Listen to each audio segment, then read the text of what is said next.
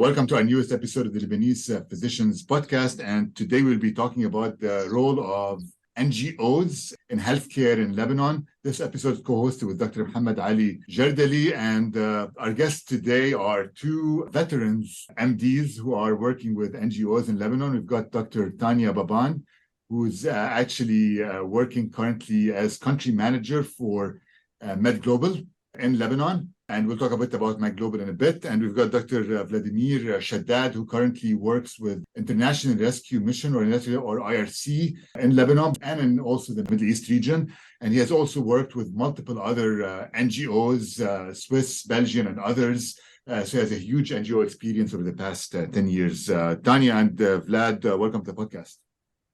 Thank you for having me. Thank you.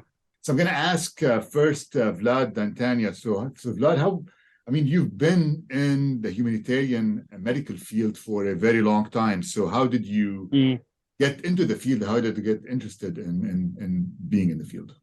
Yeah, so basically, as you may already know, at the med schools in Lebanon, we don't touch really base on anything regarding humanitarian and development work, and we focus only on clinical. For my personal story, I wasn't satisfied with my results for the residency, and my wife back then, my girlfriend, she was already an HR director in a local national NGO, and she said, why won't you try working in a mobile medical unit, for example, to change the pace. And when I started working with one in the Bika, it was mainly in informal tented settlements. I started asking, question how this mission was chosen, why we are buying this and not that, from where we're getting the money, how the decisions are being made.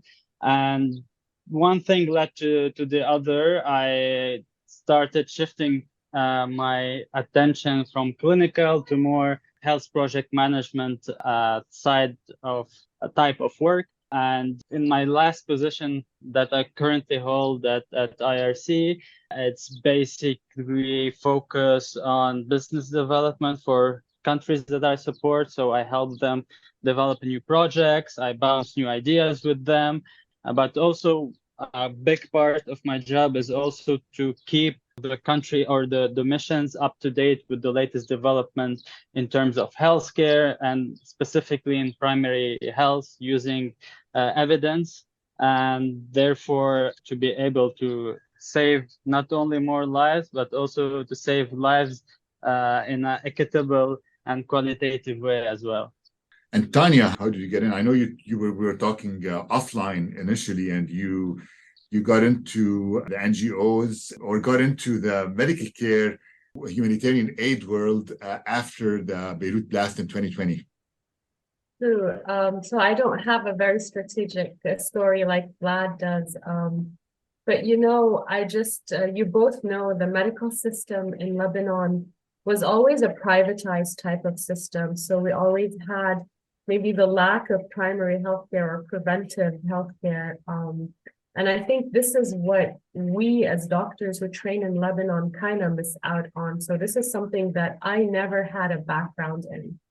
So my journey started by getting into the ophthalmology specialty in St. George Hospital in 2015. And that was after the Syrian crisis. But my initial initiative was quite selfish. We, as residents, wanted to see more cases. So I would actually call local national NGOs and say, listen, we're willing to provide free eye services if you send us patients. And that's how, by spread of word of mouth, we started raising funds. And by the end of my residency in 2018, we had actually raised more than $50,000 to do free pro bono surgeries.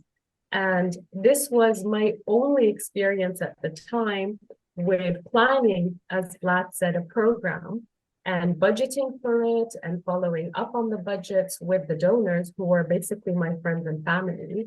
But it was a win-win situation. I mean, the residents were getting more exposure. The patients were getting free services. And the hospital was getting paid in cash. And the doctors would have an increase in their, their surgical curve because you had to admit under the attendee's name. So when I graduated as a non-Lebanese, unfortunately, even though I have studied and I've been trained in Lebanon, I found out that I was unable to obtain a license to practice. So in the meantime, I had to do something related to my specialty. And lo and behold, after the blast, MedGlobal was looking for a 3-month contract for a program manager. And that's how my journey started. And you realize at the end of the day that the outcome of why you went into medicine is the same, whether you're a doctor or you're working in healthcare as a humanitarian. Maybe the impact is bigger because instead of seeing one patient at a time in the clinic, I realize now I'm able to plan projects to provide healthcare services for hundreds of patients in one project. But again, I think the important factor that Vlad touched on is that now I know better about planning a primary healthcare service and looking at preventative measures to give these patients a better chance and long-term survival, rather than having them have chronic illnesses that are complicated, leading them to go for specialized services that are more expensive and not very cost-effective. But that's how my journey started, basically. Thank you for sharing with us, Tania. I think there's a lesson to be learned from your journey about the current policies of the healthcare system in Lebanon, and let's hope we can advocate for change to be more inclusive. I don't think this should fall on deaf ears. But listening you talk about the med school curriculum in Lebanon, I think there's a disconnect, honestly, because at least I studied under an American curriculum. So the few modules that we had about the social determinants of health were from a very Western lens, and they used to talk about those cases in Africa, for example, and it was very exotic, and then we forget what's happening in our own background. And I think through the multiple crises that have hit Lebanon over the past few years and that have accelerated since 2019 and since 2000, I don't know if there's been a shift, but I know a lot of medical students now are getting into humanitarian aid from the medical school level, not just residency. I think there is some minor change happening. And just like in your case, it was a lot of individual initiatives initially, but more and more I see a lot of the newer generation organizing and starting missions and volunteer clubs as students. So I think there's been a shift more and more as the situation in Lebanon has changed. So maybe this could be a good time for Vlad to share about his experience and his maybe success stories with the different missions in Lebanon and how the field has changed over the past 10 years. So one thing I could start saying is that there is interest in having kind of humanitarian curriculums in universities, but I think they're not like masters or big programs, but I think the EUB is a pioneer in that, and they have the Global Health Institute for Dr. I guess Fuad, I don't know if you know him, who is the director and founder. And one of the biggest curriculums there is supporting local NGOs to work better and everything. But you also have one chapter regarding health project management in humanitarian emergency, let's say. But to say maybe in a few words what changed since 2014 up until now, it's basically the first noticeable thing is the donor support that classically, as I have learned, decreases over time with any type of crisis. But of course, during the Beirut blast, Lebanon got a lot of financial support, and I think it was the biggest year. It was about $1.4 billion in aid, covering most of the sector. But in general, for health, the support has been decreasing. So less and less clinics are being supported, but the clinics that are being supported by international NGOs are supported strategically. So as an example, I would say for IRC has been here also after Beirut blast in health. Although we have been in Lebanon since 2011, working in protection, education, women empowerment, and economic recovery sectors. For health, we are trying something new. We are not working with clinics as service providers, but we are considering them as our peers and partners. Hence, I will share with you the name. So we have a program named Peers.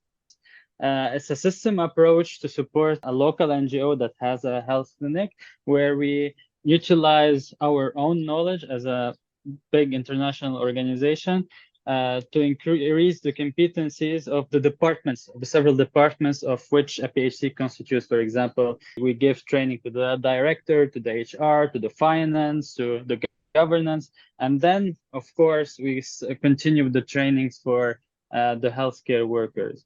So this has been a very big change, because in the beginning it was more of like we pay the clinic based on how many people they saw, with some touch based on quality. But now, with resources being smaller and smaller, the donors themselves want to spend their money strategically. So they would rather give the money to someone that offers a sustainable solution to a small number of PHCs, as compared to someone who will offer just fee for service or a larger group. So this has been also a shift worldwide, but Lebanon is part of these crises, and we are seeing this major shift, which is, I would say, kind of a build back better kind of movement. So the system is already broken, the system is already not working very well, but we are trying to achieve something that is even better than pre-crisis, let's say. Yeah, I hope it answers this question. Yeah, it does, I think, right? Yeah, because I think what you're saying too is that you're trying to now empower the people in Lebanon to be able to run the clinics themselves. Exactly. Basically, you're trying to make sure it's going with the Lebanese culture and with Lebanon itself, and rather than being like from outside, where somebody says we're going to run the clinic this way from outside, so you're running it from Yeah, Lebanon. they own the narrative basically. Exactly. And also, like Tania, that in their programs, we do have a big community health program, and with big good community health programs, the way that we can prevent disease, or we could potentially decrease the complication, are really huge.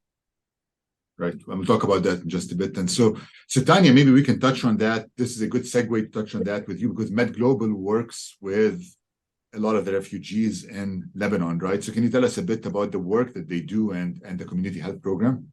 Yes, so I think just to expand a little bit on what Vlad said, because this is really important. People, when you say NGOs or humanitarian work, people look at what we do like the rainbows and butterflies, but that's not really as simple as that. There's been a major shift in the thought process and the dynamics, mostly in the last maybe few years after COVID. But before, the program implementations would be, we come in with the donor money, we implement our program, the program is done, we get the statistics and the data, we send them to the donor, these are the number of the beneficiaries, and we're out. But that is not sustainable, not only in Lebanon, but it's globally in all the countries. MedGlobal works in 9 countries. So as a medical doctor, and as you would know, we cannot come and implement a healthcare project and we're giving you services, as Vlad said, we're going to pay for your consultations for a month or 2, and then when the fund runs out, we're leaving. That is not sustainable. It doesn't build capacity, and it doesn't empower the local healthcare system. And at one point, we had to decide, because now with what Vlad is calling donor fatigue, with the Syrian refugees, it's been more than 11 years. At one point, donors will tell you, we don't see an end to this, so we don't want to fund it anymore. In addition to the fact that we have all these major crises that are happening in so many parts of the world, there is lack of funding. They will say, okay, this is happening now. We have the crisis in Sudan. We have the crisis in Ukraine. We have Yemen. We have Gaza. We have Syria, the earthquake response that it's going to last for a month and it's draining funds. It's all NGOs are basically hemorrhaging money. So the idea is when you're planning a healthcare intervention in Lebanon, or at least that's how I approach it, not only do you plan the empowerment of the local capacity of the clinics that you're going to support, or the local partners that you want to work with, but also we need to assess whether or not, and this is, I think it was introduced very recently by USA, is that we need to also try to look at whether or not our intervention is introducing any harm. And I think this was the major factor that we needed to look at when NGOs came in after the refugee crisis in Lebanon and after the blast. And they started doing maybe some cash assistance, some healthcare support, because there were huge influx of funds. And then you realize, am I creating more harm than good by letting these people depend on the funds that I'm providing without providing them with sustainable solutions? So if I have a Syrian family or a Lebanese family, and every month I give them cash and free medication and free healthcare services, how does that empower them that once I leave the country for them to continue? So in all our projects now, we incorporate a sustainable plan and a referral pathway. So for example, currently we're working on the first mental mobile unit in Lebanon in partnership with Embrace. Embrace is one of the well-known national mental health NGOs in Lebanon. So we wanted to create a mobile mental health unit that would go to remote areas to spread awareness, because we know that mental health has come to the forefront after the lockdowns and COVID and everything's happening in the world. But we know that in Lebanon, this topic is still taboo. So if I go to Arsail, or if I go to Hermin, or if I go to Akkar, and I tell them, okay, your mental health matters, and I provide consultations and I provide medications, I know that mental health takes years and years of work for them to see any improvement, or at least months. So we've actually created a referral pathway. We went through the National Mental Health Program in Lebanon through the Ministry of Health, and we would identify PHCs, or primary healthcare centers, in 9 locations, and we would go provide the services to the patients while providing simultaneous training to the PHC, so that these patients from that location can continue their medical services or medical follow-up with the clinic in their area. And should the clinic be unable to, if there's a complicated case, they'll always know to refer back to Embrace, and Embrace can have connections with AUBMC doctors. So there must be a referral way, so that in the end, there's always a pathway for the patient to have a solution. The idea of, oh, sorry, أنا ما عندي هيدا service, or I don't have mental health, or I don't know what to do, مش موجود هون, go to Beirut, is not acceptable anymore, not under the circumstances that we have. Fuel is super expensive. Patients will not commute because of the lack of funding for the transport. Buy money, they will not buy food. They will not buy medications because of the inflation. It's really becoming worse and worse on a daily basis. So this is why sustainability is the key to let the public healthcare system, which was really overwhelmed with everything that has happened, because there's been a major shift from the private sector to the public sector from the Lebanese people, and the public sector was unable to handle all this. We should empower and let these clinics and hospitals be sustainable, so that they can eventually look after the patients in the country without having to depend on external funds all the time. Fascinating. And I know from personal experience working in one of those primary healthcare systems, it's really good when you have a robust referral system and a whole network that you can refer patients to. And when you can reach out to different NGOs for food security, for issues with child abuse, issues with domestic and partner violence. So it's important for all those players to come together and work with the primary healthcare centers. And I know I've reached out to Tania and Vlad multiple times for those referral networks, and a lot of patients have benefited from that. So I'm going to ask Vlad if maybe you can share a few of your success stories or big projects that you worked on in Lebanon, or if you wanted to share with us something about your experience in the Middle East. Because I know you've worked outside of Lebanon as well. Yeah, I will share like from top of my head two experiences. One was personal with a patient, the other one at a project base. So the first one was when I was working with MSF Belgium at their primary health center, and I encountered a woman with her baby, and the baby suffered spina bifida. And basically, the UNHCR wasn't covering because they only cover emergency surgeries, and MSF doesn't do or cover those type of surgery either. So this is something that Tania started to talk about. It's coordination. So Lebanon, I think it's one of the countries where the health sector coordination is at its peak in terms of collaboration and in terms of communication and transparency. So I just hit an email to all the sector partners describing the case to see if anybody is even remotely possibly be able to help this case. And eventually one colleague from PCRS said that, yeah, we do have specifically a program that treats spina bifida, but only with for Palestinian patients. But then apparently I wasn't the first one requesting this. They extended their program to cover Syrian refugees and sometimes vulnerable Lebanese population.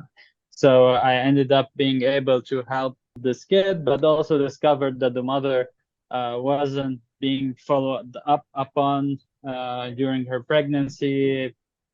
Classically, she hasn't had her vitamins and everything during the pregnancy, hence the spina bifida. So we also gave the proper messaging for her at our maternal clinic.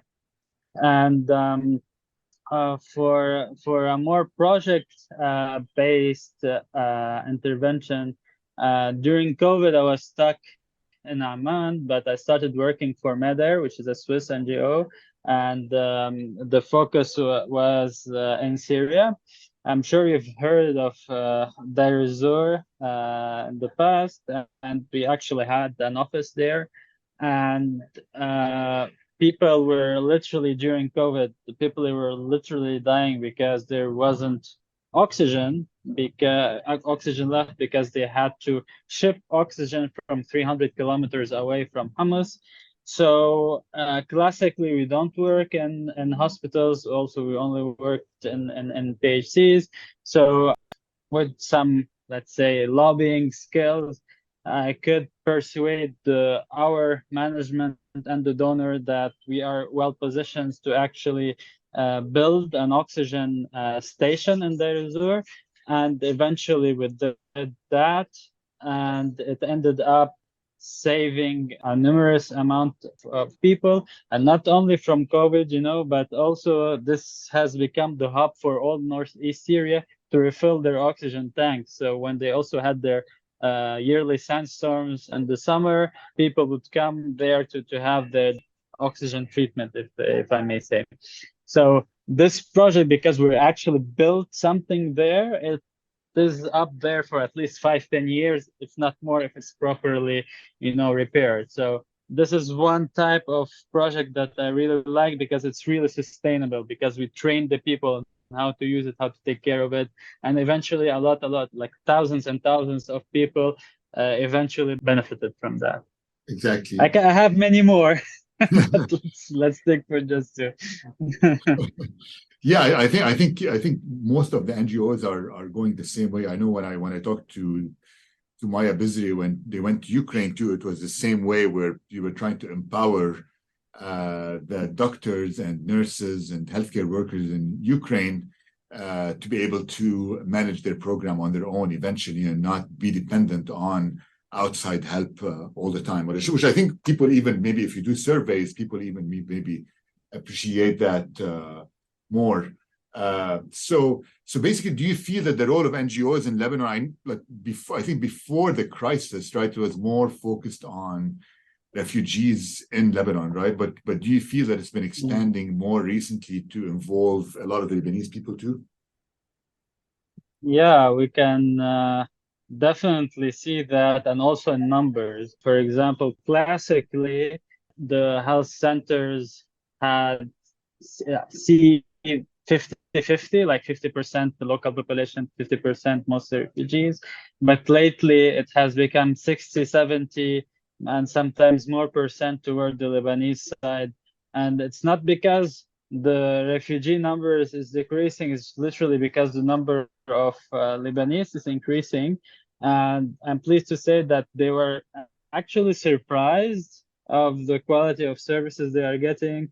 Sometimes they could get not only a doctor's visit for free or for a really low amount of money, they could also have blood tests, sometimes referral, X-rays, ECG, and all for free.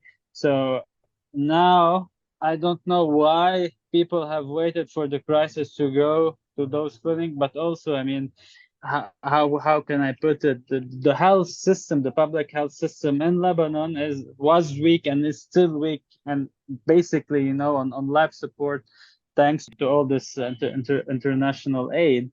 But I think if we pull this together, have a good governance plan at ministerial level with the Ministry of Health, the Ministry of Finance, the Ministry of Social Affairs, crunch those numbers to be able, to have a system that works. Because currently in the Ministry of Health, most of the expenditures could go covering, some a lot of cancer medication, and you have the cost for human resources. So there isn't any more money to cover more human resources because you actually need more and to cover everything else. So I would say that thanks to the international health NGOs, people are discovering that actually the public health centers in Lebanon are of pretty much high quality compared to what it was before. But I'm also hoping that with the help of big donors and with the collaboration of the government, specifically the Ministry of Health, we can go even beyond this type of collaboration.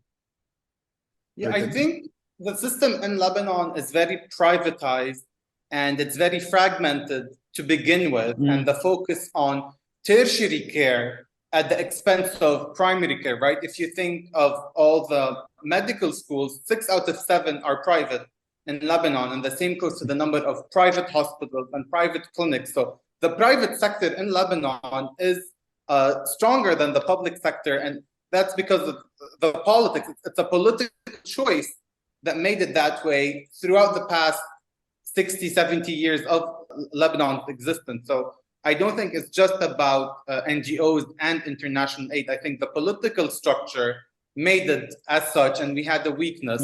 And also primary care in Lebanon has always been an afterthought. So I think there's a lot of gaps, and the system is fragmented as a whole. So I'm glad to hear that there's a lot of coordinations between NGOs. But just like you said, NGOs cannot replace the Ministry of Public Health of Lebanon, which needs to have a vision, which needs to have a goal, and then everyone else can work towards that goal. So I think there's a lot to be said about the decisions and the political will at the level of the ministry, and then the rest of the NGOs and humanitarian aid can feed into that system. We are actually waiting for their new vision. I think it was presented a couple of weeks ago to a small group, but it will be rolled out. So we'll be waiting to see what it is. And Tania, do you feel the same as Vlad too with MedGlobal, that you're having to help a lot of Lebanese people more at this point? Oh, for sure. I mean, I think when I first started, because I started after the blast, we already started with a focus on beneficiaries in Beirut as an initial project kickoff, and that was during COVID. So we had to do a lot of support to hospitals in Beirut that were supporting with COVID cases. But as that died down, We did start obviously looking at areas like Arsen, who are a majority of Syrian refugees. But that being said, I'm not Lebanese, as you know, but I've lived in Lebanon for 30 years. So Lebanon is my home. And I try to be as diverse as possible for the reason that I know how Lebanon is structured. I know how we think, and I know how we're divided. So I always make it a point that I can actually, on a map, diversify all my activities so that no one can say that MedGlobal has been sectarian or MedGlobal has been racist or this and that. Plus, we know what's on the ground. When we do our field visits, we do what's known as a needs assessment. So I know that we did a mapping of the areas in Ashrafiyeh and Maram Khayil after the blast, for example. And we realized that there were a lot of Lebanese old people who had no caregivers. And these patients have no access to healthcare. There's nobody to take care of. A mobile unit with a specialist geriatrician and a nurse, and they would go take appointments and see these patients in their homes. And then we'd have the lab go take their lab tests that were requested, and then the volunteers would go take the treatment after it's being prescribed. In clinics where we subsidize, like Vlad said, the complete healthcare package from a consultation into a lab workup into medications at low cost. If we want to compare last year's numbers to this year, these are in the Biqa and Akkar region.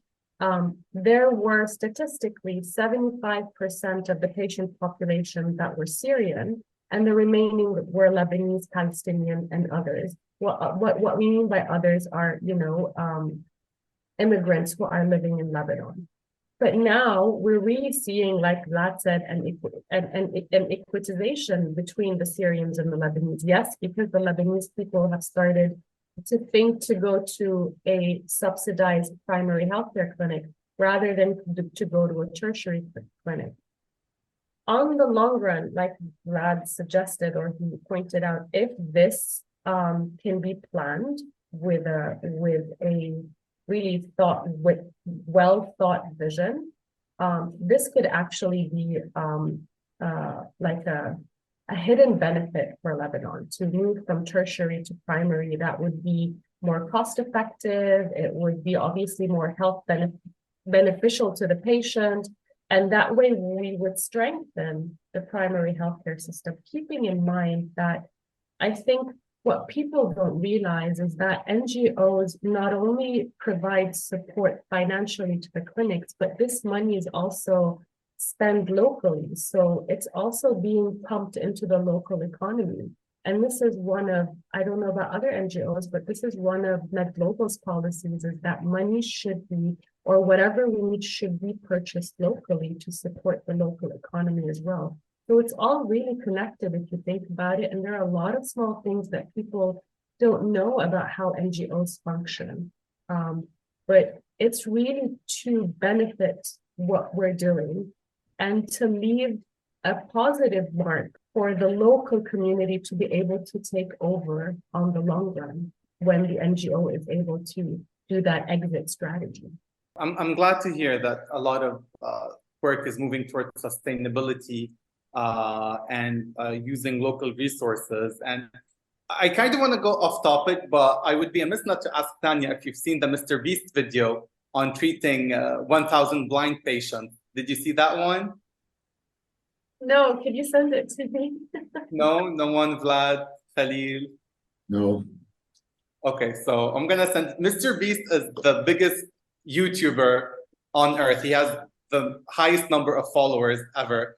And he does a lot of interesting videos. He did like a real life Squid Game competition. And he always does out of the box, completely outrageous videos. And his last one was actually treating 1,000 blind patients by providing surgery in the US and in Southeast Asia. And there was a big controversy about why he was doing it. And is he doing it to get more clicks? And it just made me think of our conversation about like donor aid and doing one project and then leaving. And since you're an ophthalmologist, I thought this would. No, but let me ask you a question. What do I care if he got more clicks as long as these patients got their treatment? Good for him. I mean, if 1,000 patients got treatment for their eye ailment, then so be it. Let him get the extra clicks. I think it was great, but the video is sensational, and a lot of people are asking just questions about using that as promotion for his own channel and to get more views.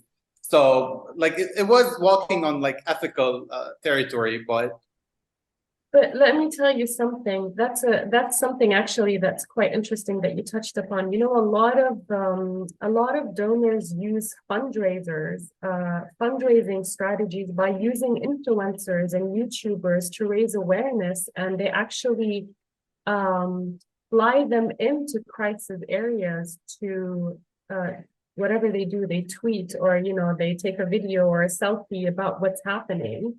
And by raising awareness, those followers are donating to those causes. And sometimes actually, there are a lot of NGOs who actually specialize in that type of fundraising. So they're using social media to also raise funds. I just feel, I don't know if, I don't want to be all doom and gloom, but, you know, when you're in the humanitarian world now in these times and you see what's happening and you attend the meetings and you see what's happening all over the world, and now we're talking about climate crisis and the terminology is changing, and we're going to see climate refugees with, you know, an increase in the numbers of refugees in addition to what we already have because of all the climate change. You just feel like this is never ending. So Mohammed, you were talking about the interest of medical doctors in the humanitarian field.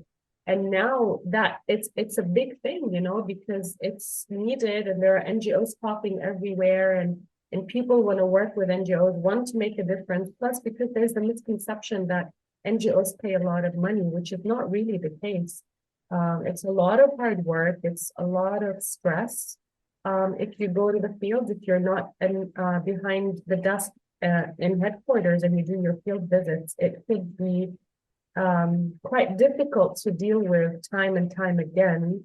A lot of times I got survivor's guilt, you know, because why them and why not me? And why am I lucky? Why do I have a house? Why do I have an education? And that really can take a toll. So it's not easy as people think. And we don't come in with the hero complex that we're coming to save the day, because at the end of the day, you actually realize that what you're doing is just a drop in the ocean. The needs and the gaps are huge, and they're growing every day. And even though, as Vlad pointed out, there's a very well-organized system in Lebanon with the Ministry of Health and the health cluster that actually aligns all the activities, we still have a lot of gaps.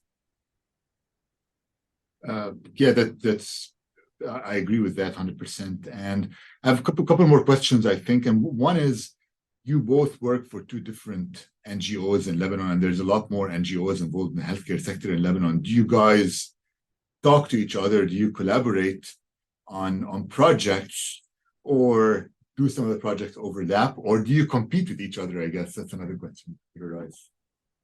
Well, you answered with your question, actually. Sometimes we do collaborate, so we talk. We enter as a consortium of NGOs to respond to donor proposal. Sometimes we compete one-on-one, sometimes consortium versus a consortium. But also you have to know that sometimes a donor caps, you know, the limit of a project. For example, they will say that you have only $2 million for a project out of an envelope of, let's say, 50 million. So let's say 5 NGOs or 10 NGOs get selected, but we will have a better chance to get selected if we talk with each other, you know. So we kind of either divide areas of strengths. Sometimes we collaborate. Let's say we do mental health, the other people do a chronic disease. So these types of collaboration. But now on the more and more what we see on the ground, because of the aid money that is shrinking, donors, specifically big donors, prefer to target either big consortia that we are talking about I don't know, 20, 30, 40, $50 million project over 4 to 5 years, because will cost administratively less time and money to handle this, or they would contract one big humanitarian actor to do one big project. So you have these all the options are open basically, but strategically it's a NGO decision to compete or collaborate. So depending on on how they are reading the situation. Okay. Fair enough. I think that makes sense. I guess it's time to conclude, but I want to ask Tania if you have any advice for people, healthcare workers, medical students, residents who want to go into the humanitarian field and are tentative. Do you have any advice for them? Obviously, don't do it for the money because you'll be disappointed. I think that also applies to us when we went into medical school, right? A lot of people would say, oh, you're going to be a doctor, so you're going to be rich. But I'm personally speaking, I never did it for the money. I was voted in high school most likely to volunteer. Everyone else got best smile, most likely to be president. And I remember thinking, what does that mean? Now I realize what they meant. They probably knew my personality better than I did at that age. But yes, it's a passion, it's a calling. It takes a lot of hard work and dedication. I mean, Vlad would know better than me because he's with a bigger international NGO. MedGlobal is still growing, but it takes a lot of work to get a fund. You have to be able to write proposals, you have to be able to strategize and plan, and to be able to have patience with leadership skills, but also I think the biggest word that has taught me what it's like to work in the humanitarian field is being humble, being empathetic, because at the end of the day, when you go to these places, you have to keep reminding yourself. I go to Arsen every time, and I have to remind myself that I come here for the day and I leave. But other people that I'm seeing are living there. They wake up there and they sleep there and they wake up to this life with no end in sight. And you can't imagine how detrimental the situation is. So empathy, because you need to gain people's trust. You can't just go into an area and say, okay, I'm here to help you, I'm the hero. People don't trust the healthcare system. A lot of them don't trust NGOs. Especially the refugees who are not registered. They'll think you're here to take their data. Are you going to deport them? Are you going to report them to the authorities? So you need to be able to gain their trust and not to break it, because again, they are vulnerable people. So it's easy to take advantage of that. And two, to have respect for the culture and the background. So you need to be very flexible. And I think that would be my advice. Be flexible, be patient, be empathetic, and be humble. It's not about coming in, oh, I'm the country director, I make money. Oh, look at me, I'm coming to save you and help you and make your day better. It's not about that. It's that I'm here to support. Will you allow me to give you the support that you need? And a lot of times you get rejected. They say, no, I don't want your help. And you have to respect that. Right. And I guess Vlad, I'm sure you agree with that assessment too. Yeah. Specifically about the empathy, I've just literally before the podcast, I was in a conference by WHO. So they want to introduce compassion into healthcare. So they were showing how much compassion could actually increase the quality of care for the patient. And I think the humanitarian work actually increased my level of compassion with people, because when you're in a hospital, especially in IER, at some point you are treating more diseases and people are numbers. So you're kind of obliged to be dissociated, from humanity or from the people, to just be sane, and solve medical problems. But with the humanitarian, it kind of, I felt closer to the people again. And I think I always get this question, like how I can help, what can I do, but only for a short period. the good thing, there are always short period positions for 1 month, for 2 weeks, for 3 months. We call them surge missions. And most of international NGOs have surge positions. So you will be part of a pool, and whenever there's a disaster or there's an ongoing crisis, you will be called up, you will be offered a contract, you could say yes, you could say no, and you go. And I have a couple of friends who did that. They are in anesthesiology. They could go to Madagascar for a month to support a hospital and so on. So the possibilities are there, especially for medical workers, because there's a huge need worldwide, and by 2030, maybe by 2050, there will be a huge need of healthcare workers. So I think this, and another message maybe for universities, is to actually incorporate humanitarian work into their curricula, because it is also one thing to bring people closer to the field, bring doctors closer to the people, actually. Thanks. Yeah, I agree. I mean, empathy. I mean, these days, I think it's a big one is emotional intelligence and empathy. And I think people, when you start meeting people in person, you become more empathetic. When you start hearing stuff on the news and hearing about people without meeting them, then that's when you form your preconceived ideas and you start talking about other people as if they're your enemies. So I think I agree with both of you, and I think you both see it probably working in NGOs. You meet all the refugees, you meet people from different parts of the country and different parts of the world, and that makes you more empathetic, and that these people are also similar to us, have their own problems, but maybe some similar problems that we all deal with at the same time. So, Mohammed, do you want to add anything? MohammadAli? No, I've just been thinking about how empathy is what makes us human. And this is what will set us apart from artificial intelligence and robots and our new futuristic trends that we're seeing. They always ask if AI and robots will replace human doctors. And I think the answer is no, not until they get this emotional intelligence part. And I think there's something to be said, like Tania was saying, about going and meeting people in person and having this one-on-one connection. I don't think anything can replace that. And if you're genuine in your work with your patients, I don't think you should be very worried about any AI or robot replacing you. There's a lot of need that can be filled, and AI can help us with a lot of those needs. But I don't think this human one-on-one connection is replaceable. So I've just been reflecting about that as Vlad and Tania have been talking. And yeah, a kind word can go a long way, just like Tania was saying, definitely.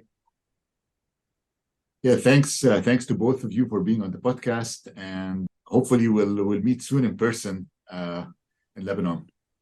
Are you coming to Lebanon this summer? I am in 5 days. Oh, wow. Ah, cool. So let's meet.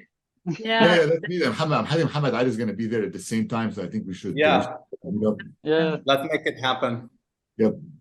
Okay, great. All right, guys. Thank you. You very much for I inviting really me. enjoyed meeting you in person. We've known each other on Twitter and social media for the past 2 or 3 years, so it's good to put a face to the name, like they say. Yeah, exactly. Thank you. Thank you. Bye, everyone.